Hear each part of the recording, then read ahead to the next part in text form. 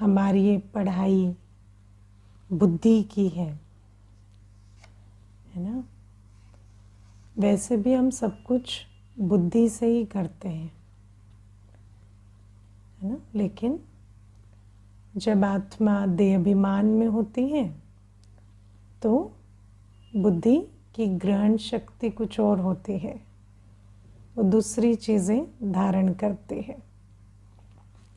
मैं आपको एक बहुत बढ़िया अनुभव सुनाती हूँ।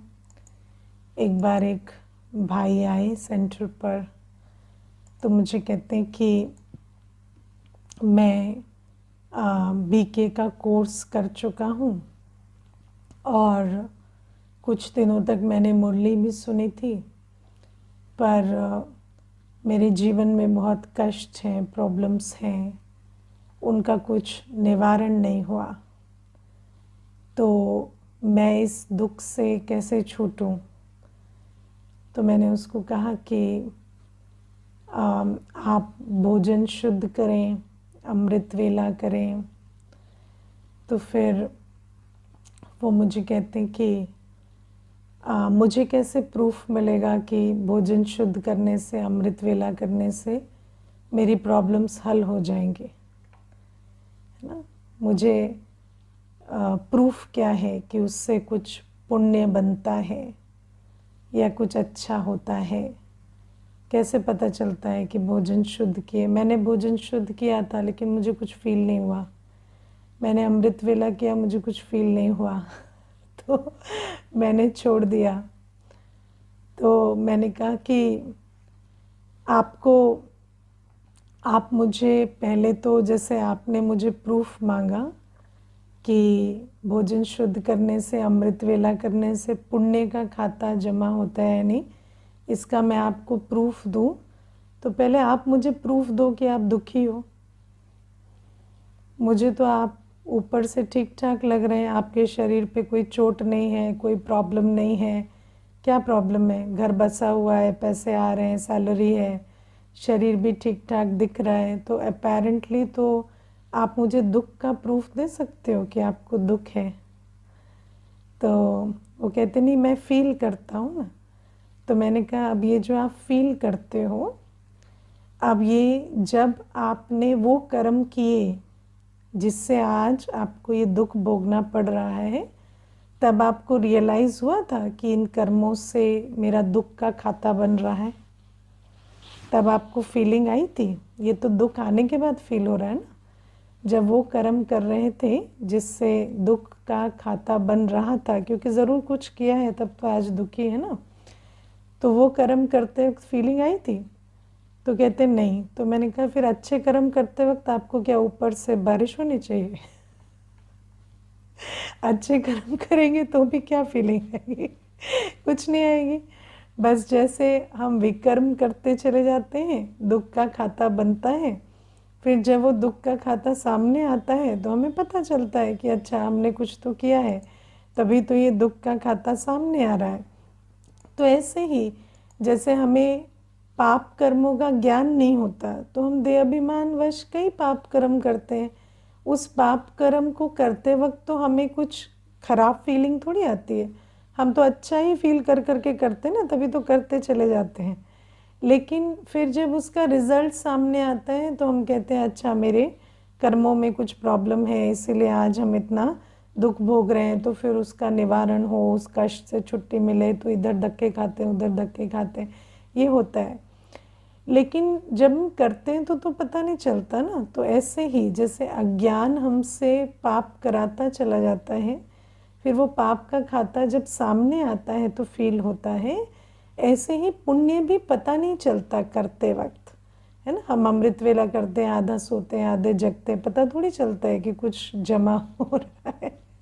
या भोजन शुद्ध करते हैं, है ना, तो पता थोड़ी चलता है, वैसे कुछ पता नहीं चलता। लेकिन जब उसके रिजल्ट सामने आते हैं तो आत्मा को पता चलता है कि हाँ मेरा पुण्य का खाता कुछ जमा हो रहा है या हुआ है, इसलिए आज मेरी जो हालात है, जो दुख की अवस्था थी, वो बदलकर सुख की अवस्था बन रही है।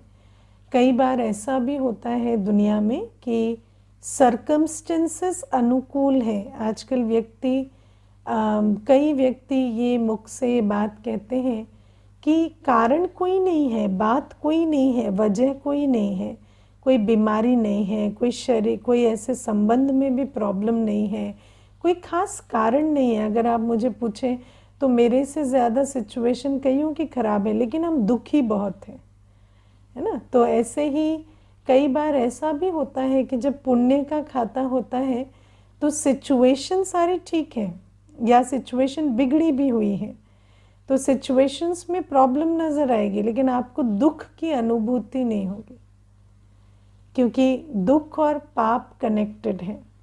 तो कई बार सिचुएशन अनुकूल होते भी दुख का अनुभव हो रहा है, कई बार सिचुएशन प्रतिकूल होते हुए भी दुख का अनुभव नहीं हो रहा है।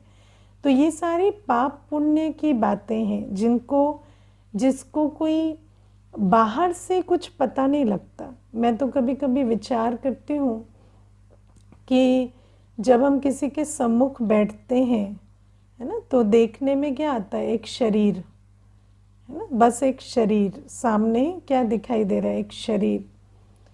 लेकिन एक आत्मा जो उसके अंदर बैठी है, वो कितने कितने जन्मों की उसकी यात्रा उस आत्मा के अंदर है, उस आत्मा के मन में, बुद्धि में, संस्कार में कितना कुछ भरा पड़ा है, वो पूरी दुनिया हमें दिखाई थोड़ी देती है है ना। लेकिन जब हम इंटरेक्ट करते हैं, हम तो देहाभिमान में एक शरीर समझकर किसी से इंटरेक्ट कर रहे हैं, लेकिन वो आत्मा कोई भी हो सकती है, कुछ भी हो सकती है। उस आत्मा की इतनी बड़ी यात्रा है, ये हमारी बुद्धि में नहीं आता। तो बाबा हमें कहते हैं ये जो सारा खेल है ये बुद्धि का है, ये पढ़ाई, ये प्रोग्रामिंग, इतना सब कुछ हमारी बुद्धि में पड़ा होता है। और जैसे आज बाबा हमें आकर पढ़ाई कराते हैं, ऐसे हम दुनिया में भी बहुत सारी पढ़ाई करते हैं, जन्मों जन्मों से हम पढ़ते आए हैं। हमारी बुद्धि मोस्टली पढ़ाई से ही भरती है ना। जैसे आप हिस्ट्री की बात ले लो, ज्योग्राफी की बात ले लो, है ना, द वर्ल्ड हिस्ट्री की बात ले लो या इंडियन हिस्ट्री की बात ले लो, तो वो कोई हमने देखी थोड़ी है, लेकिन वो सारी जो हम पढ़ाई स्कूल में करते हैं, कॉलेज में करते हैं, वो पढ़ाई भी तो सारी हमारी बुद्धि में बैठी होती है। और जन्म जन्मांतर से हम कितनी लौकिक पढ़ाई पढ़ते आए हैं, है ना, और उस लौकिक पढ़ाई में हमें कितना कुछ पढ़ाया जाता है। फिर हम कितनी सारी पढ़ाई घर में करते हैं, देखकर, ऑब्जर्व कर कर, अपने माता पिता से सीखते हैं, उनके शब्दों से हम कितनी सारी बातें बुद्धि में रखते हैं। तो ये जो सारी पढ़ाई है, ये जो हम दुनिया में भी इतनी सारी जो बातें अपनी बुद्धि में भरते हैं, वही बुद्धि तो हमारा दृष्टिकोण, हमारी वृत्ति, हमारा कर्मों का निर्णय का परखने का आधार बन जाती है ना। तो आज बाबा कहते हैं कि अभी मैं आकर तुम्हें एक नई पढ़ाई पढ़ा रहा हूँ, और ये जो पढ़ाई है ये उस पढ़ाई से बहुत डिफरेंट है जो तुमने दुनिया में पढ़ी है। ये पढ़ाई तुम्हारी पढ़ाई है, तुम्हारी यात्रा की पढ़ाई है, तुम्हारे स्वदेश की पढ़ाई है, तुम्हारे स्वधर्म की पढ़ाई है, तुम्हारे पिता की पढ़ाई है, तुम्हारे भविष्य की पढ़ाई है। तो बाबा कहते हैं ये जो पढ़ाई है अब तुम्हें अपनी बुद्धि में बिठानी है। और जितना जितना, इसीलिए बाबा हमें स्वदर्शन करा रहे हैं, बाबा हमें परमात्मा का परिचय दे रहे हैं, बाबा हमें सारे चक्र का ज्ञान दे रहे हैं, बाबा हमें गुणों का ज्ञान दे रहे हैं, बाबा हमें सतयुगी अवस्था का ज्ञान दे रहे हैं। और बाबा कहते हैं जितना जितना तुम इस पढ़ाई को, क्योंकि पढ़ाई के साथ बहुत इम्पॉर्टेंट चीज़ होती है रिविज़न, है ना, जो भी हम पढ़ते हैं उसको उगारना, उसको रिवाइज करना। तो बाबा ये जो हमें पढ़ाई पढ़ा रहे हैं, इसको हम जितना जितना बुद्धि में उगारेंगे उतना हमारी वृत्ति, दृष्टि, हमारे कर्म सब बदलेंगे, हमारी परख शक्ति, निर्णय शक्ति सब बदलेगी।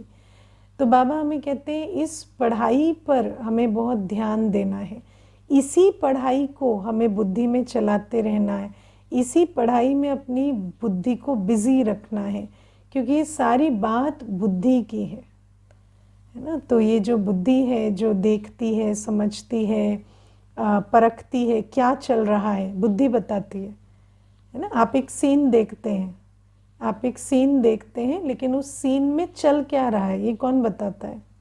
बुद्धि बताती है ना। बुद्धि बताती है व्हाट इज गोइंग ऑन। जैसे कोई किसी को मार रहा है तो बुद्धि बताती है ये मार रहा है, या ये अत्याचार हो रहा है, या ये इसको दुख दे रहा है, या इसने दुख दिया था इसलिए ये बदला ले रहा है ना, या ये कार्मिक अकाउंट सेटल हो रहा है, या कार्मिक अकाउंट बन रहा है।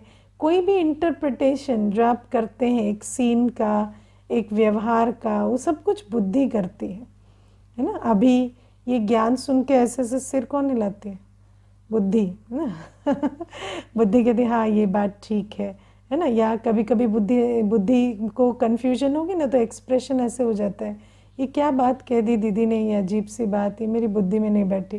तो ऐसे बुद्धि, सारे रेस्पॉन्सेस बुद्धि से आते रहते हैं। ये बुद्धि जो है यही सुनती, समझती है, इंटरप्रेट करती है, आइडियाज़ को इम्बाइब करती है। तो ये जो बुद्धि है, बाबा कहते हैं पढ़ाई भी बुद्धि से कर रहे हैं।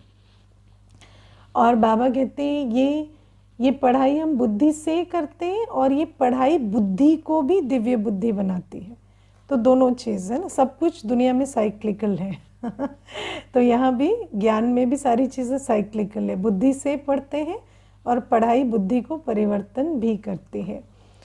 लेकिन बाबा कहते हैं ये जो यात्रा है जिसमें हम बुद्धि से पढ़ रहे हैं और पढ़ाई हमारी बुद्धि को दिव्य बुद्धि बना रही है, इसमें हमें बहुत संभाल रखनी है अन्न की।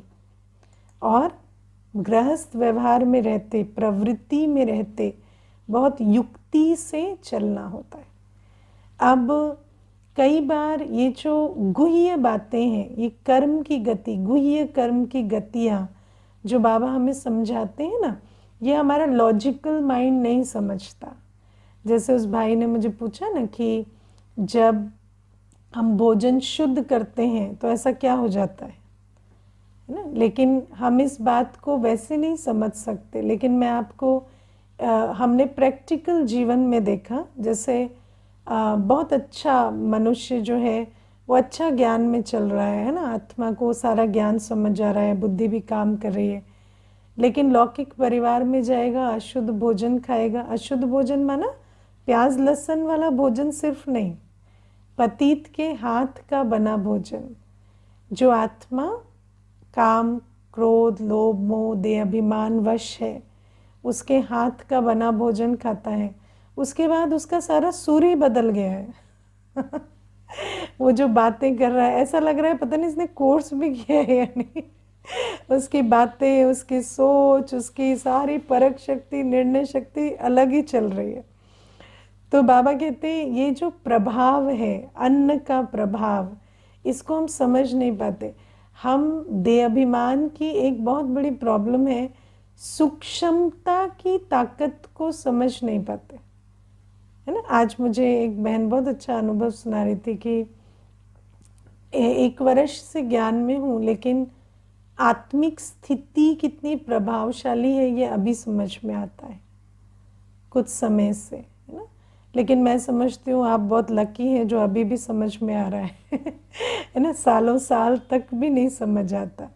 तो ये जो सूक्ष्म चीज़ें, स्थिति का प्रभाव, वृत्ति का प्रभाव, अन्न का प्रभाव, संग का प्रभाव, इसको समझने में बहुत समय लगता है, क्योंकि हम बहुत मटेरियलिस्टिक, बहुत ग्रोस कॉन्शियसनेस से आते हैं ना, जिसमें हमें लगता है जो चीज़ दिखती नहीं वो क्या असर करती होगी, है ना। अब हम भोजन खाते हैं, हम सोचते हैं खा रहे हैं, मुख से खा रहे हैं, इसमें ऐसा क्या हो जाएगा आत्मा को, है ना, या बुद्धि पर ऐसा क्या हो जाएगा। लेकिन परमात्मा शिव बाबा हमें वो बातें समझाते हैं जो 2 आँखों से दिखाई नहीं देते। तो बाबा कहते हैं पतित के हाथ के अन्न का बहुत असर होता है। जो जिस वृत्ति में है, जिस वृत्ति से भोजन बनाता है वो वृत्ति तुम्हारी वृत्ति बन जाएगी, तुम जैसे ही वो भोजन खाओगे। इसीलिए बाबा कहते हैं वो जो तुम बुद्धि पे इतना काम कर रहे हो, अगर पतित के हाथ का भोजन खाएंगे जो लोभ के प्रभाव में, मोह के प्रभाव में है, कामवश है, उसके हाथ का भोजन खाने से तुम्हारी बुद्धि पर भी वही असर हो जाएगा और फिर तुम्हारी वृत्ति, दृष्टि, कर्म भी उसी आधार से बनते चले जाएंगे, है ना। तो ये बहुत सूक्ष्म चीज़ है। अभी देखो पीछे ना मैं से एक माता की बात सुन रही थी, तो उस माता को बहुत विघ्न पड़ रहे हैं घर में, है ना, युगल से। तो उस माता ने लेकिन एक बहुत अच्छा निर्णय लिया कि मुझे अब भोजन शुद्ध कर ही देना है। तो उसने नवरात्रों में ये निर्णय लिया कि अब मैं नवरात्रों का बहाना लेकर पहले भोजन शुद्ध कर देती हूँ घर का, है ना। तो सारा जो प्याज लहसुन था बाहर उठाकर फेंक दिया और भंडारे को साफ किया और अभी पूरा विधिवत जो श्रीमद् प्रमाण भोजन बनना चाहिए वो बनाना शुरू कर दिया। अब युगल जो है वो धीरे धीरे, वो मुझे कहती है दीदी मैं 10 दिन में भी अंतर देख पा रही हूँ कि पहले जो युगल बहुत विघन डालते थे अब थोड़ा सा चिढ़ते हैं, ज़्यादा कुछ नहीं कहते तो इतना इम्प्रूवमेंट सिर्फ अन्न से आता है ना। अन्न का इतना असर होता है बुद्धि पर। जब बाबा की याद का भोजन खिलाएंगे किसी को बनाकर, बाबा की याद की ताकत उस भोजन में है, तो उस आत्मा का भी संबंध बाबा से बनने लगता है। इतनी ताकत भोजन में होती है। इसलिए बाबा कहते हैं अन्न की बहुत संभाल रखनी है गृहस्थ व्यवहार में रहते।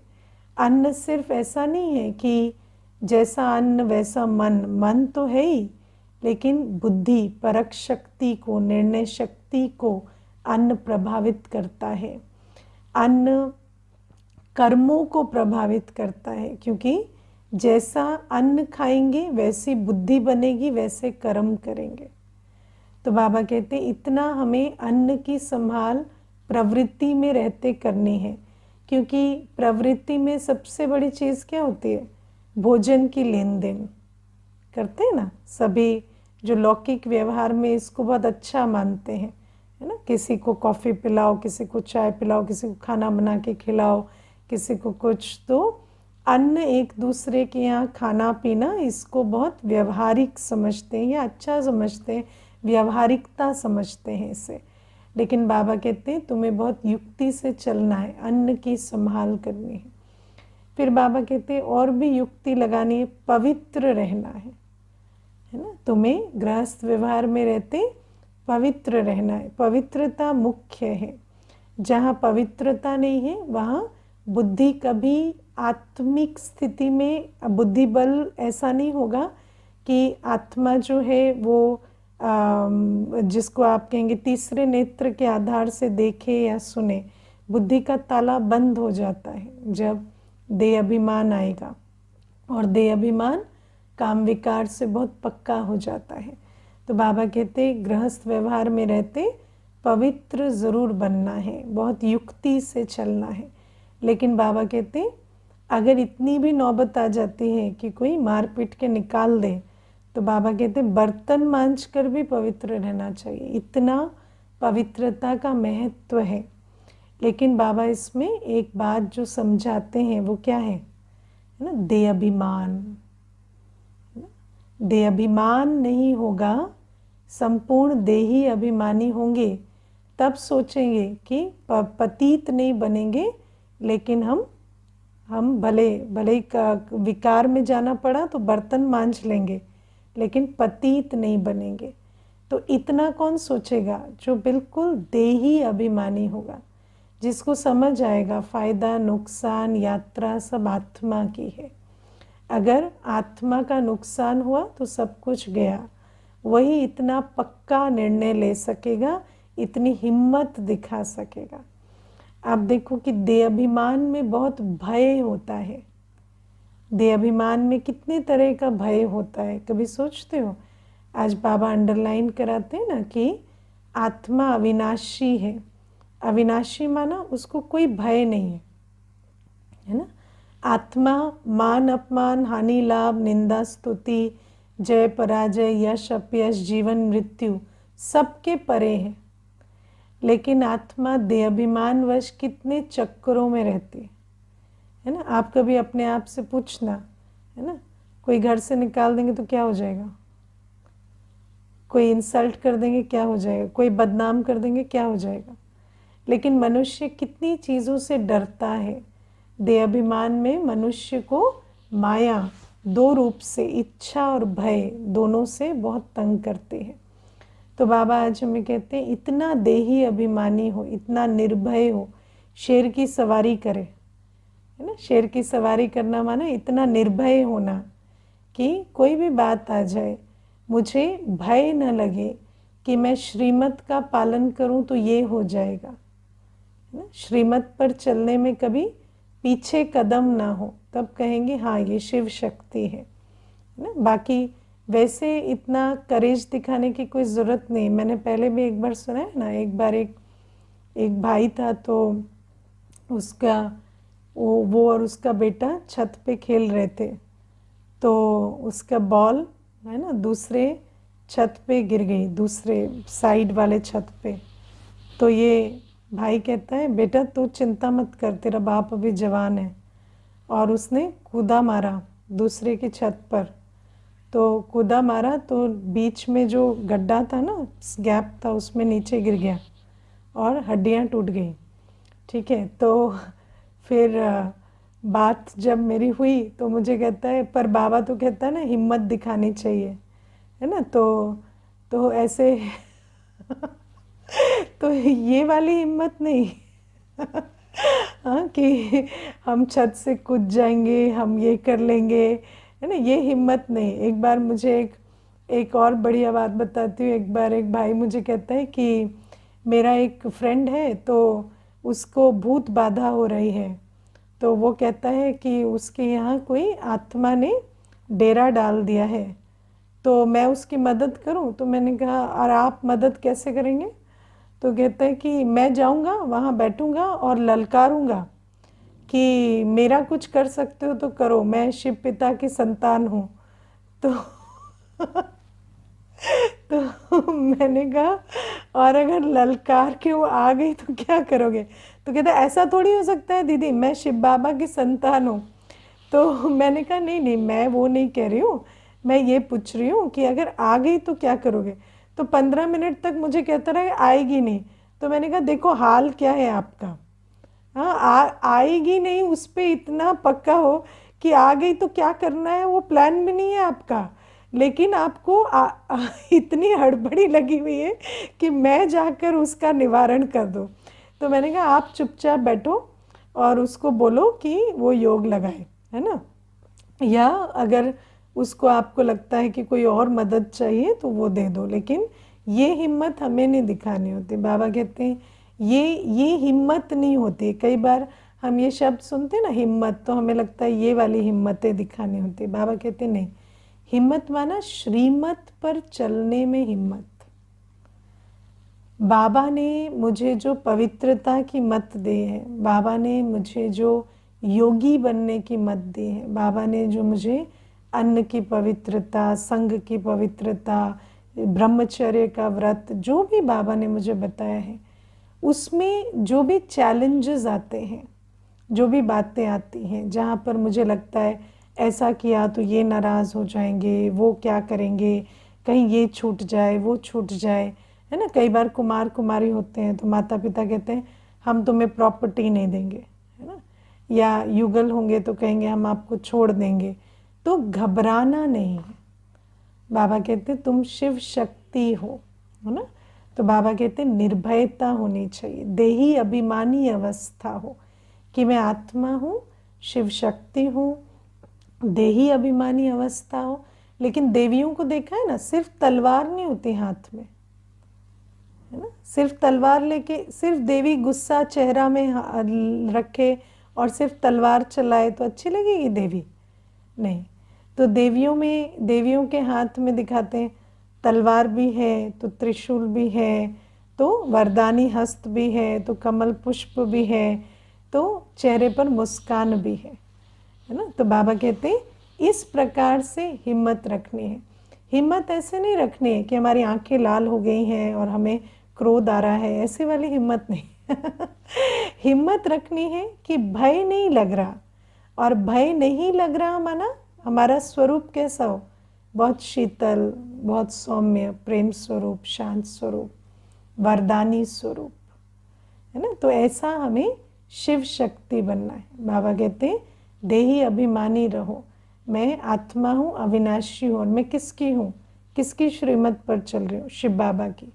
तो मेरा बाल भी बांका नहीं हो सकता, है ना। और मुझे अपनी आत्मिक स्थिति को खोने की ज़रूरत नहीं है, मुझे क्रोध में आने की, परेशान होने की, चिंतित होने की कोई ज़रूरत नहीं है। बिल्कुल अपनी वरदानी, शुभ भावना, शुभकामना संपन्न निर्भय अवस्था में स्थित रहना। तो बाबा कहते हैं इतना हमें युक्ति से चलना होगा। गृहस्थ व्यवहार में रहते बाबा कहते हैं कि मैं आया हूँ जो आत्माएं, चाहे किसी भी कॉन्टेक्स्ट में है, गृहस्थ व्यवहार में है या कुमार कुमारी है, कोई भी है, हर एक आत्मा को वर्षा लेने की इक्वल अपॉर्चुनिटी है ना। लेकिन मेरी श्रीमत पर चलना पड़ेगा। और बाबा आज हमें और एक बहुत सुंदर बात कहते, विनाश काले प्रीत बुद्धि बनो। विनाश काले प्रीत बुद्धि। गृहस्थ व्यवहार में रहने में सबसे बड़ा और एक चैलेंज क्या आता है, एक तो विकार का चैलेंज आता है, दूसरा आता है मोह का चैलेंज, है ना। हमारी प्रीत किससे जुटी होती है, देहधारियों से। तो बाबा कहते हैं ये भी युक्ति से चलना है कि रहे हम गृहस्थ व्यवहार में, लेकिन मेरी प्रीत एक शिव बाबा से। बाबा कहते हैं रोज सुबह, है ना, रोज सुबह चारों तरफ आंख घुमा कर देखो, क्या है, सब विनाशी है ना। आत्माएं अविनाशी, ये वर्तमान वाला संबंध विनाशी है ना। आत्माएं अविनाशी है, और ये जो वर्तमान पिता पुत्र भाई बहन का संबंध जो भी है परलौकिक में, वो क्या है, वो तो विनाशी है। तो उस संबंध से अपनी बुद्धि को निकाल लो, बस आत्मा समझकर, है ना, अपना हिसाब किताब चुक्त करना है अपने। बाबा आज कहते हैं ना, ऐसा भी नहीं कि किसी से मिले तो रूखा व्यवहार, कोई मिले तो खुश कैराफत भी पूछनी है, चलना भी है। तो उनके साथ बाबा ने उस दिन कहा ना, मित्रता भी बनी रहे, संबंध भी अच्छा रहे, और फिर हम लगाव मुक्त भी रहें, ऐसे हमें चलना है। तो बाबा कहते इतना युक्ति से हमें चलना है, लेकिन उसके लिए सबसे इम्पोर्टेंट क्या है, प्रीत बाबा से। क्योंकि बाबा से प्रीत होगी तो फिर हर एक के साथ हम प्रेम स्वरूप न्यारा और प्यारा होकर चल सकेंगे, है ना। बाबा से प्रीत नहीं है तो इधर थोड़ा प्यार दिखाएंगे तो अटैचमेंट हो जाएगी, नहीं तो पूरा न्यारा होंगे तो किनारा कर देंगे। लेकिन बैलेंस माना बाबा से प्रीत। तो बाबा ये भी आज अंडरलाइन कराते हैं कि गृहस्थ व्यवहार में रहते विनाश काल आया हुआ है, सबको दिख रहा है, तो प्रीत बुद्धि बनना है एक बाबा के साथ। और बाबा आज कहते हैं कि तुम्हें कोई भी अहंकार नहीं रखना है ना। आज बाबा क्या कहते हैं, बाप बच्चों को समझाते हैं, दिल हमेशा साफ रहनी चाहिए, ज़रा भी अहंकार ना हो, बिल्कुल गरीब बन जाना अच्छा है ना। बिल्कुल गरीब माना मैंपन मेरेपन से मुक्त, मेरी प्राप्तियां, मेरा धन, मेरी पोजीशन, मेरा ये मेरा वो, सबसे मुक्त बन जाना है ना। जो भी कुछ है वो सेवा अर्थ है। बाबा कहते हैं जो सफल करेगा वो उसकी सफलता पाएगा, जो अहंकार में रहेगा उसका धरा रह जाएगा, है ना। देखो जिसको जिस चीज़ का अहंकार होता है ना, सबसे इंटरेस्टिंग चीज़ है उसकी वो चीज़ किसी के काम नहीं आती। जिसको जिस चीज़ का अहंकार होता है, अहंकार उस चीज़ को कभी सफल नहीं होने देता, है ना। जिसको रूप का अहंकार होता है उसका रूप कभी किसी के काम नहीं आता, जिसको धन का अहंकार होता है उसका धन किसी के काम नहीं आता।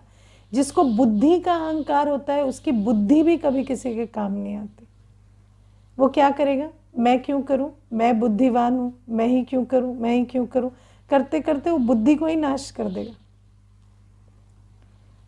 तो बाबा कहते किसी भी चीज में तुम्हें मैंपन नहीं होना चाहिए। जिस चीज का अहंकार होगा ना, वो अहंकार उसी चीज को सफल करने से रोक देता है। और बाबा कहते हैं मैंपन जो है, मैंपन सफल करने से रोक देता है। इसीलिए बाबा कहते हैं और इस जन्म में जो सफल करेगा वो सफलता पाएगा। आपके पास क्या है डजंट मैटर, आप क्या लगाते हैं दैट मैटर्स। जो करेगा सो पाएगा, जो रख के रखेगा उसका कुछ नहीं होने वाला। तो बाबा कहते अहंकार नहीं होना चाहिए। अहंकार ये बहुत बड़ी चीज करता है ना। मुझे याद है मैं जब शुरू में ज्ञान में आई तो मुझे, है ना, ज्ञान में भी नहीं है, मतलब एकदम शुरू की बात बता रही हूँ, जब ज्ञान भी क्या है नहीं पता था, तो मुझे ऐसा लगता था मैं बहुत इंटेलिजेंट हूँ, है ना। तो मैंने एक बार किसी को कहा तो मुझे कहते हैं इंटेलिजेंट वो जिसको भगवान यूज़ करे, जो भगवान के काम ना है उसका इंटेलिजेंस कोई काम करे। तो बात मुझे बहुत फील हुई, मुझे सच में लगा कि ऐसी भी क्या बुद्धि है जो भगवान ही यूज़ ना करे, है ना। तो भगवान के काम ना आए तो क्या बुद्धि। तो फिर समझ में आया कि आज तक बुद्धिवान है करके कभी बुद्धि को काम में ही नहीं लगाया, है ना। तो बाबा कहते हैं ऐसे ही धनवान धन को समेट के रखता है ना। बुद्धिवान बुद्धि को खर्च नहीं करता। जिसके पास बहुत वाक कला होती है वो यही कहता है मैं बहुत अच्छा राइटर हूँ, मैं बहुत अच्छा ये हूँ, करता नहीं उसको यूज़, है ना। इसीलिए कहते हैं ना रावण स्वर्ग की सीढ़ी बना सकता था, भक्ति में कहते हैं बनाया कुछ नहीं। तो रावण क्या है, अहंकार।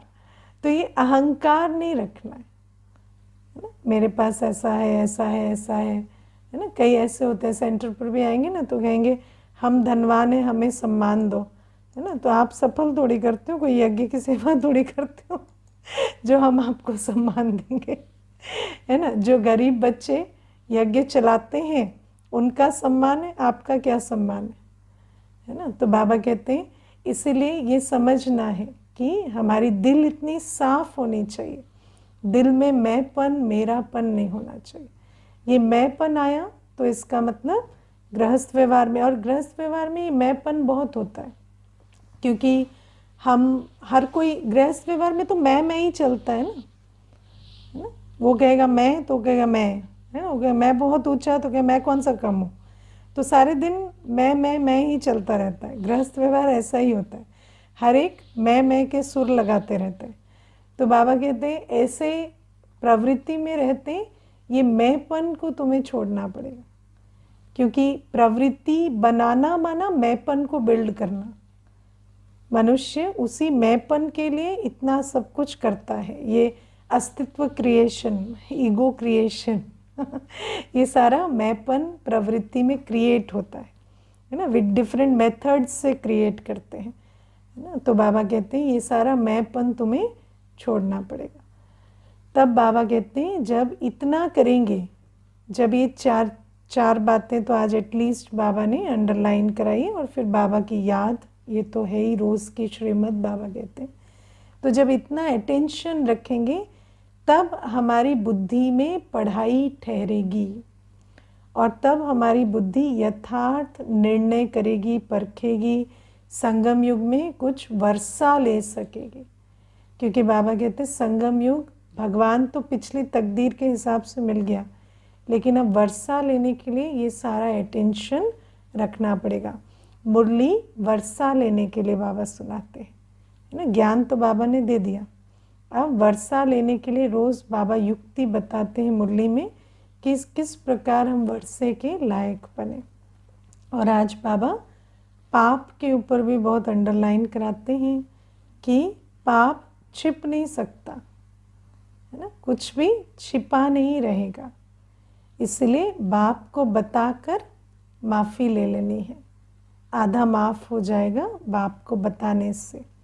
लेकिन जैसे आज मुरली में भी सुना है ना कि बताना माना श्रीमत लेना, ना? बताना मतलब ऐसा नहीं आप बता के दौड़ के चले गए, बाप की सुनी नहीं, ऐसा थोड़ी।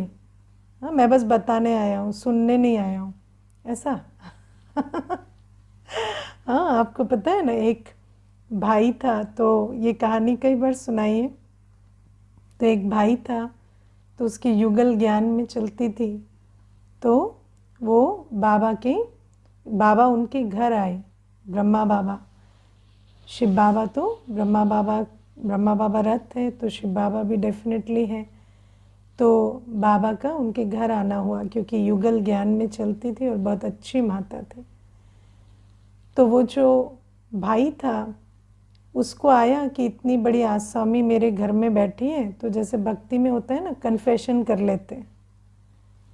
तो वो भी एक दिन बैठे बैठे बाबा को कहता है, मैं आपको कुछ एक अपने जीवन के बारे में बताऊंगा, लेकिन आप बस सुनना, कुछ कहना नहीं, कोई राय नहीं देना मुझे, है ना, मैं सिर्फ सुनाऊंगा।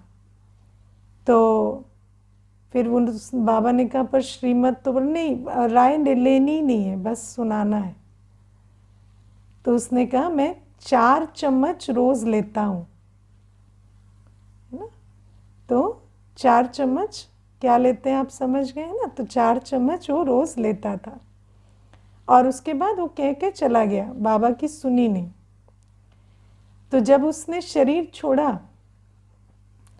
तो वतन में भी, है ना, बाबा ने उसको सहानुभूति तो दिखाई कि भाई ठीक है, तुम रो रहे हो, पछता रहे हो, क्योंकि आत्मा शरीर छोड़ने के बाद तो 4 चम्मच भूल जाती है ना, उसके बाद तो उसको पाप पुण्य सब दिखाई देने लगता है।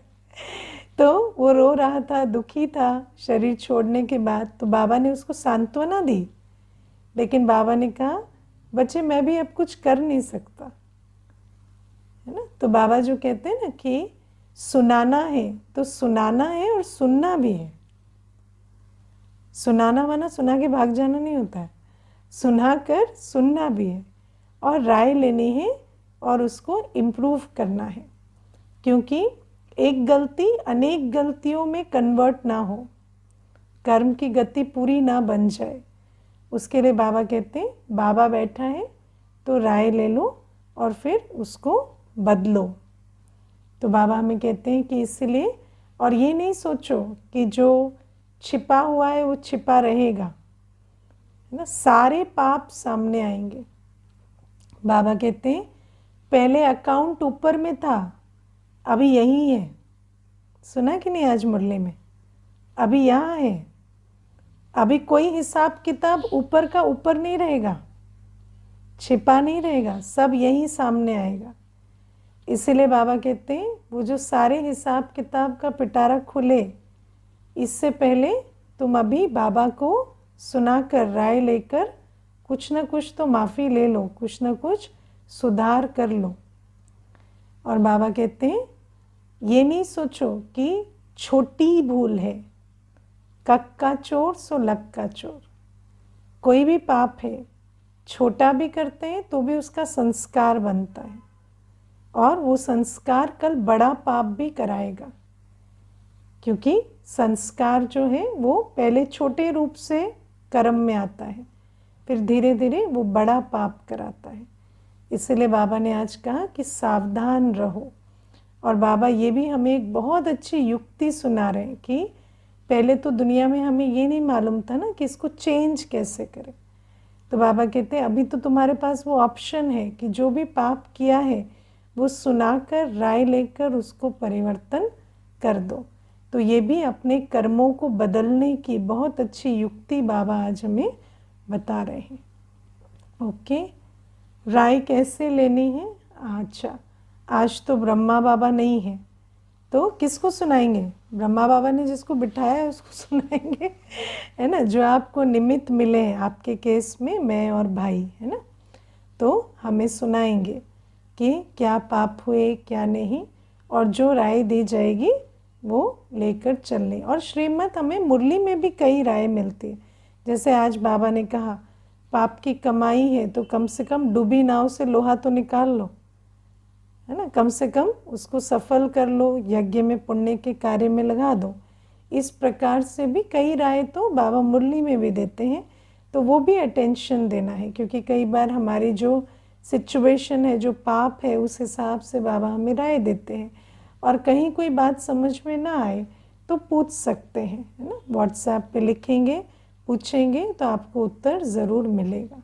ओके, ओम शांति।